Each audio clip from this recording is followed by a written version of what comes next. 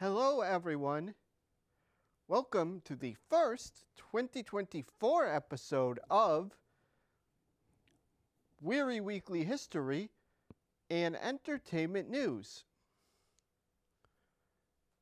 As you can see here, we've got a new format for the new year.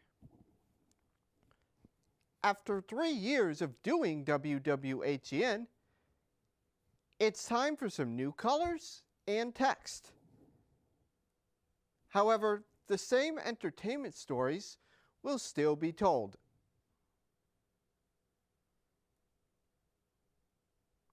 As 2024 starts, many entertainment companies haven't released their full schedules yet, so several arts and entertainment shows are still to be determined. However, there are some winter events still in place. On this episode, I'll be discussing how Great Barrington has 2 public libraries, discussing the local impact of Arlo Guthrie's song Alice's Restaurant, and mentioning farmers markets in Berkshire County.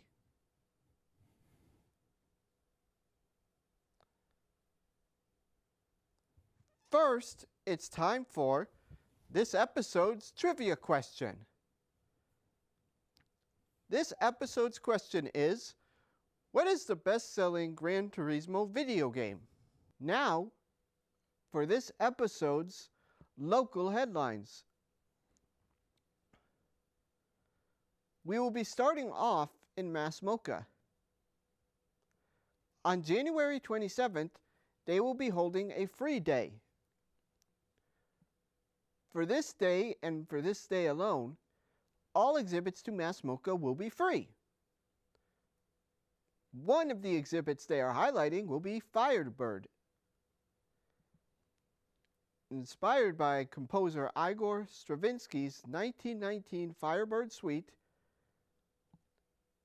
Tuki Delphine presents Firebird, a rule-breaking concert program and an exterior installation in one, including an orchestra comprised entirely of light. In the culmination of Tuki Delphine's Massamoka residency, over 600 recycled car taillights, sourced locally in the Berkshires, will illuminate the dance of the Firebird in a thoroughly hypnotic event that is hard to describe.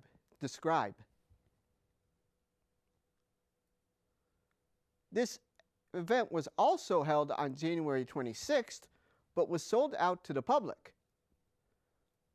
So organizers decided to also hold it the next day as part of Massamoka's Free Day. Massamoka's Free Day will be held on Saturday, January 27th. For more information, visit massamoka.org. Massamoka will be talked about a lot over the coming weeks on WWHEN.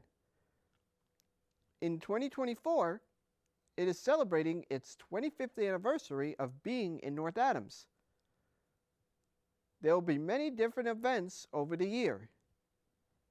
Our next stop is to Great Barrington for a discussion of their public library, or rather, libraries. Great Barrington, despite its smaller size, actually has 2 public libraries, Ramsdale Library and Mason Library. The 2 Great Barrington libraries work together to bring the town and region access to a large collection of books, movies, and audiobooks. They offer extensive interlibrary loan, high-speed internet, wireless internet programs, and more at both locations. The mission of the Great Barrington Libraries is to serve all members of the evolving community in a welcoming manner.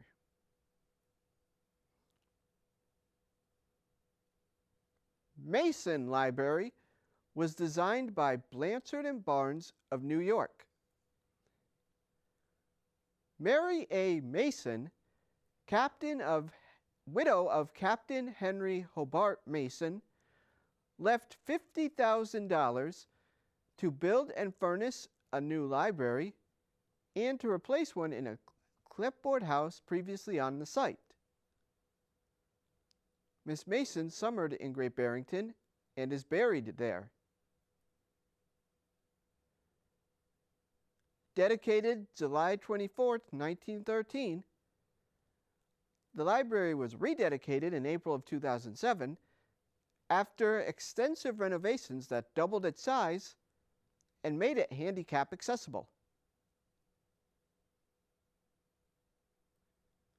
Ramsdell Library, located at the northeast corner of Great Barrington in the village of Housatonic, was given to the town in the will of Theodore J. Ramsdell, owner of Monument Mountain Mills. The library, just over 100 years old, was opened to the public in 1908. The building is located on the site of the first house in Housatonic in 1804. Currently, Mason Library is located on 231 Main Street, while Ramsdell Library is located on 1087 Main Street. The hours of both libraries vary. Visit the website shown here for more information. For our next stop, we'll be staying in Great Barrington for a talk at the Wehry Theater with the noted journalist and screenwriter. Terry Hayes is a former journalist and screenwriter. Born in Sussex, England, he migrated to Australia as a child and trained as a journalist at the country's leading broadsheet.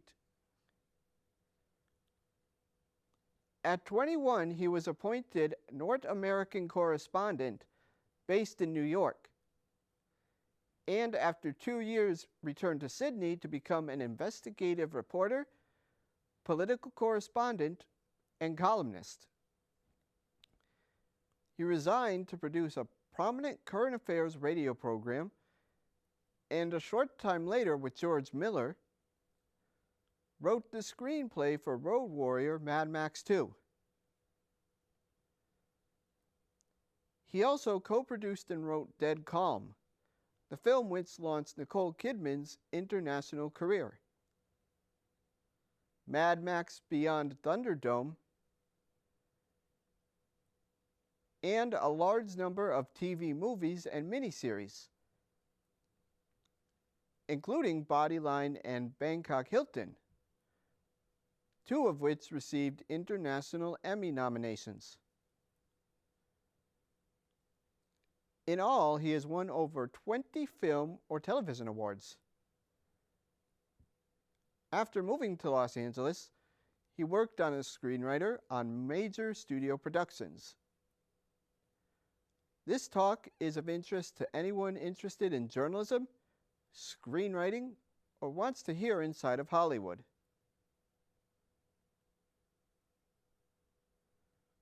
The talk will be going on February 5th at 7 p.m.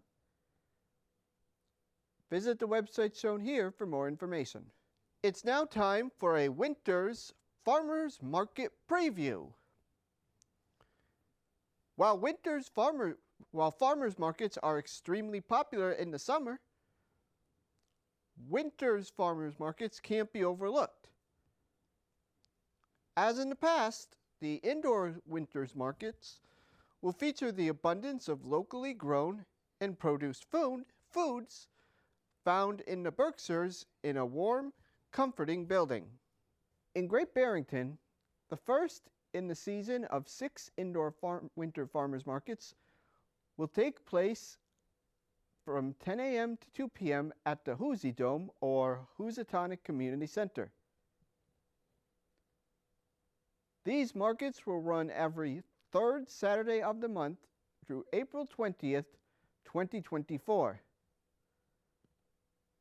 The Hoosier Dome is located at 1064 Main Street in Housatonic and is included on the Berkshire Regional Transit Authority BRTA route number 21. In North County, Winter's Farmers Markets will take place at Greylock Works in North Adams in January and February on dates still to be announced from 10 a.m. to 2 p.m. This year, Berkshire Grown is partnering with host Greylock Works to offer a mini maker market within the Winter Farmers Market, featuring a carefully curated gathering of local artisans.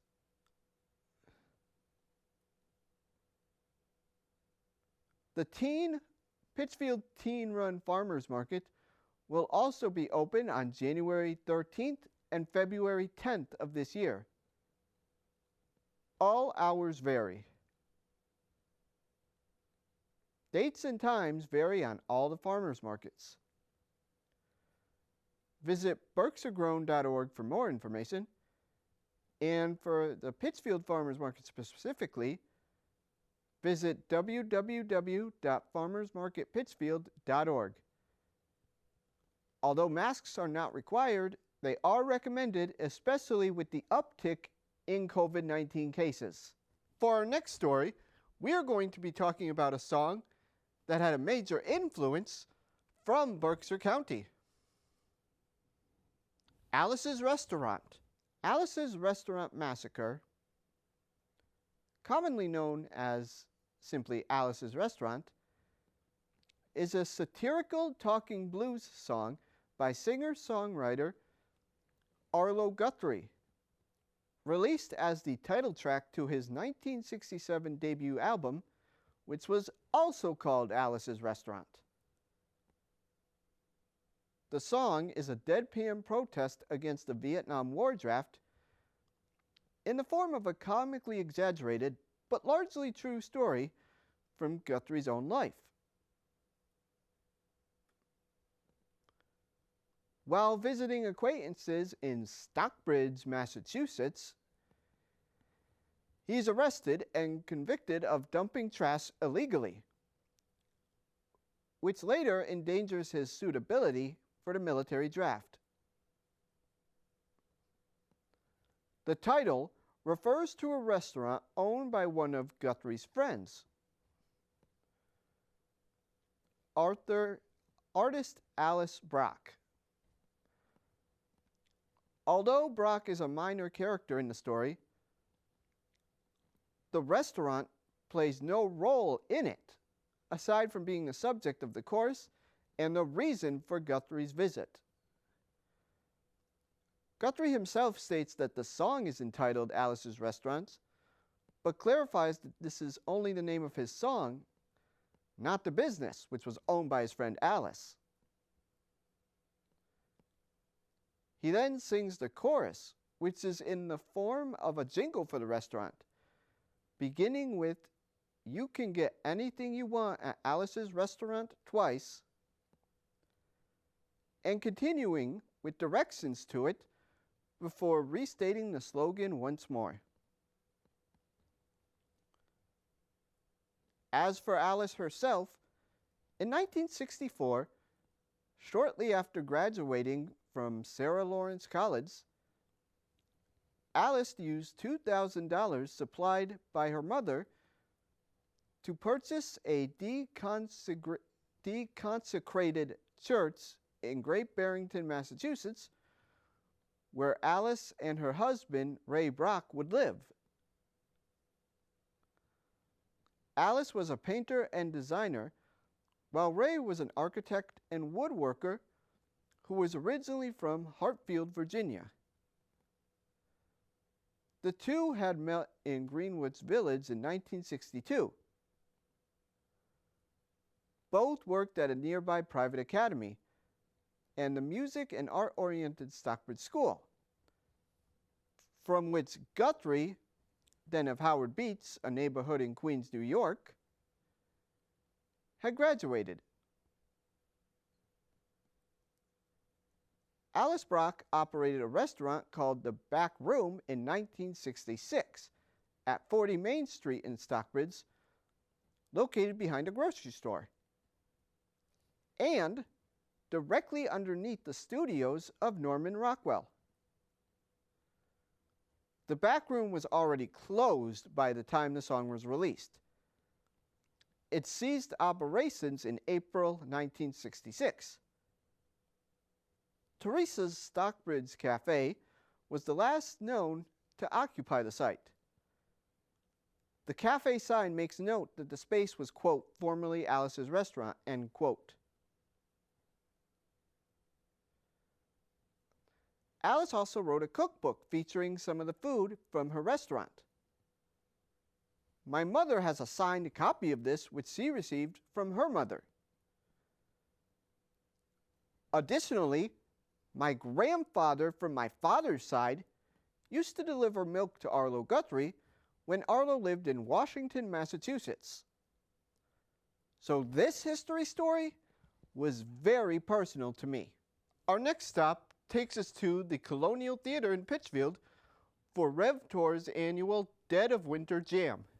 Hosted by RevTour's Dead Man Waltz, this annual midwinter celebration honors 59 years of Grateful Dead music and includes a slew of special guests, including Mark Mercier, Michael Butler, Force, Wanda Houston, and Mike Wood.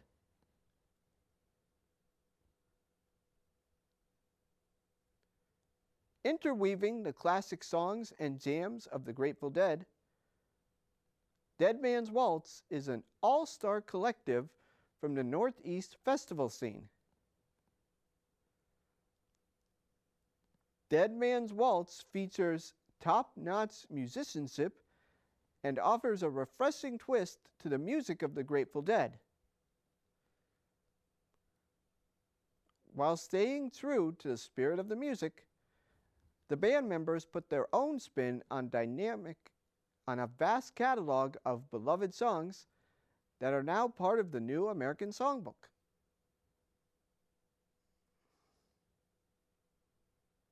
This concert will be taking place on February 3rd at 8 p.m. Visit the website shown here for more information. It's now time for this episode's movie portion of WWHEN. This episode will be reviewing the drama film Gran Turismo. The film tells the story of John Martinborough, a teenage gamer and a fan of the Gran Turismo video game series, who gets a chance to live the game when Polyphony Digital and Nissan sponsor a contest for players to become real drivers. His father is a former soccer player who doesn't quite understand his obsession with video gaming. However, his driving skills soon put him against the world's best Gran Turismo players to compete on actual racing tracks.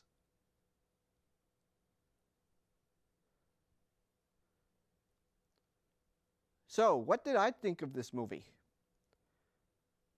It's a great film filled with good racing scenes and great characters. Also helping is the performance of Archie Maduke as Martinborough.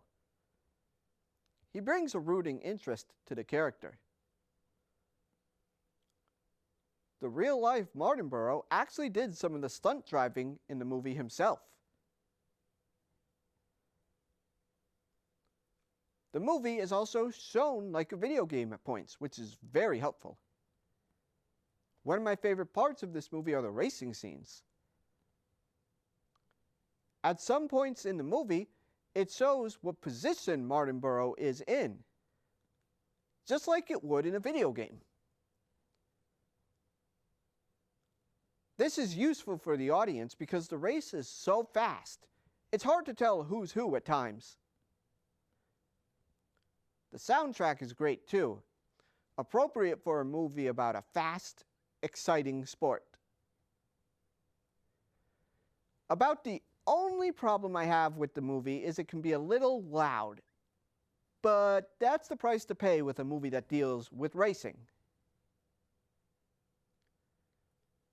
On a scale of 1 to 10, with 1 being the worst and 10 being the best, I give this movie an 8.5.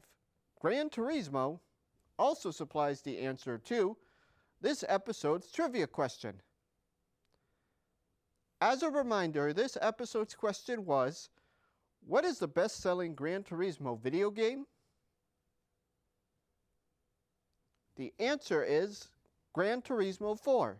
The game, which was released in 2005 on the PlayStation 2, sold over 17,000 units and made over $4 million in sales. It is one of the best-selling PlayStation 2 games of all time. One of the reasons this game is so popular is that it is a simple racing game. No blood, violence, gore, or questionable content. It's just a simple racing simulator that can be played by ages young and old. That ends this episode of